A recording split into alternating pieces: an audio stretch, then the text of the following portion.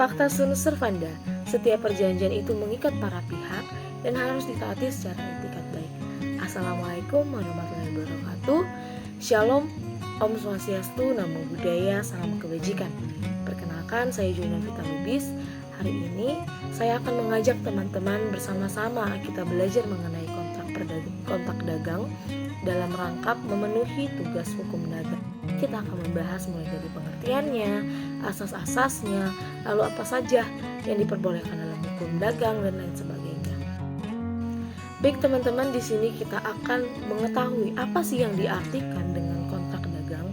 Seperti yang kita ketahui bahwa kontrak dagang merupakan kesepakatan antara dua belah pihak, antara eksportir dan importir untuk melakukan perdagangan barang sesuai dengan persyaratan-persyaratan yang telah disepakati.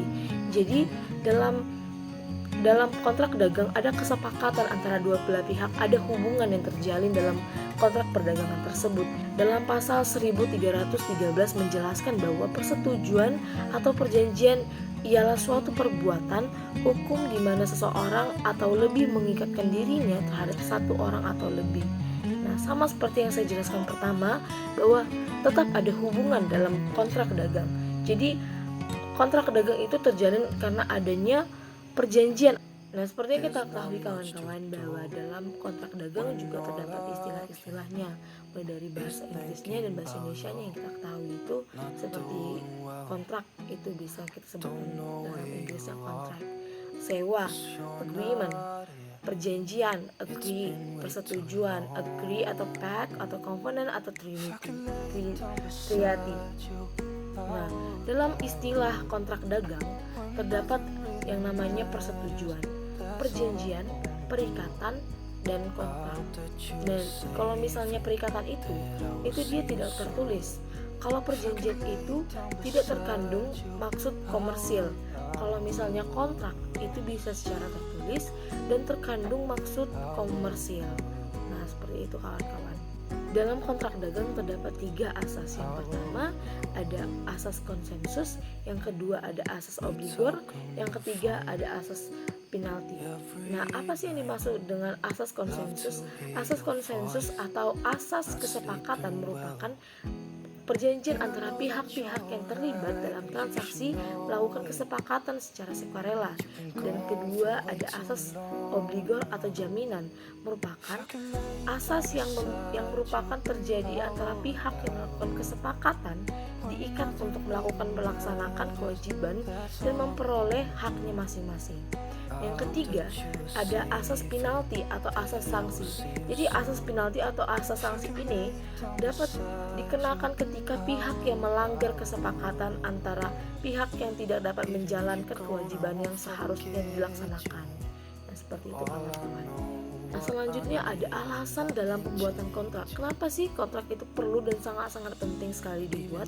Yang pertama itu untuk menghindari risiko, agar ketika misalnya teman-teman melakukan perjanjian atau hubungan, teman-teman kurang mengenal satu perusahaan ini, jadi teman-teman mampu mengetahui seluk-beluknya melalui kontrak ini. Jadi ada perjanjian, sewaktu-waktu teman-teman dapat menggugat.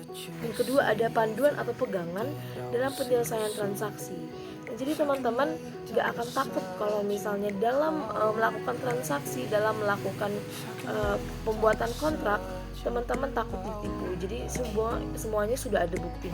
Peran dalam kontrak dagang, seperti yang kita ketahui teman-teman, dalam kontrak dagang terdapat 3 peran yang harus dijalankan. Yang pertama itu pihak yang terlibat mengetahui materi apa saja yang telah disepakati.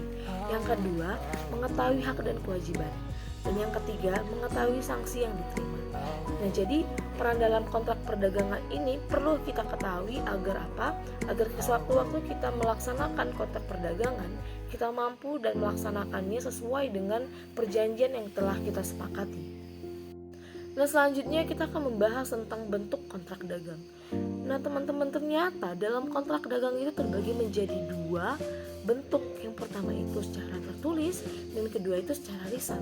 Nah, kalau misalnya secara tertulis itu yaitu seperti perdagangan bentuk dokumen atau supaya itu nanti sewaktu-waktu ada bukti dalam menghindari risiko sengketa yang dilakukan beberapa oknum. Yang kedua ada secara lisan atau tidak tertulis.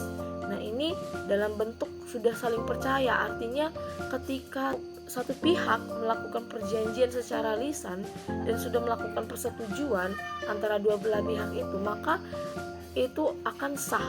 Nah, perjanjian itu hanya mengikat antara kedua belah pihak itu saja. Makanya dikatakan bentuk kontrak secara lisan.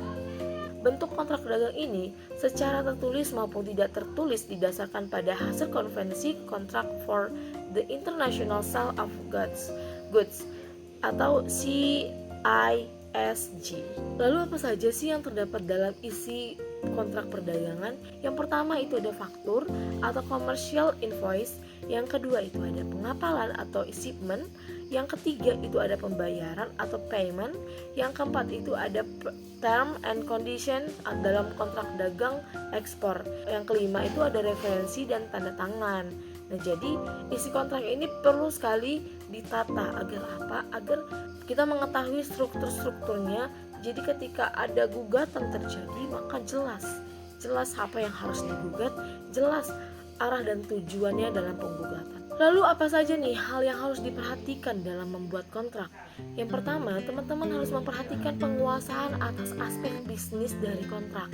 Yang kedua, ada identifikasi pihak-pihak dalam kontrak. Nah, yang ketiga ada pengenalan karakteristik pihak dalam kontrak.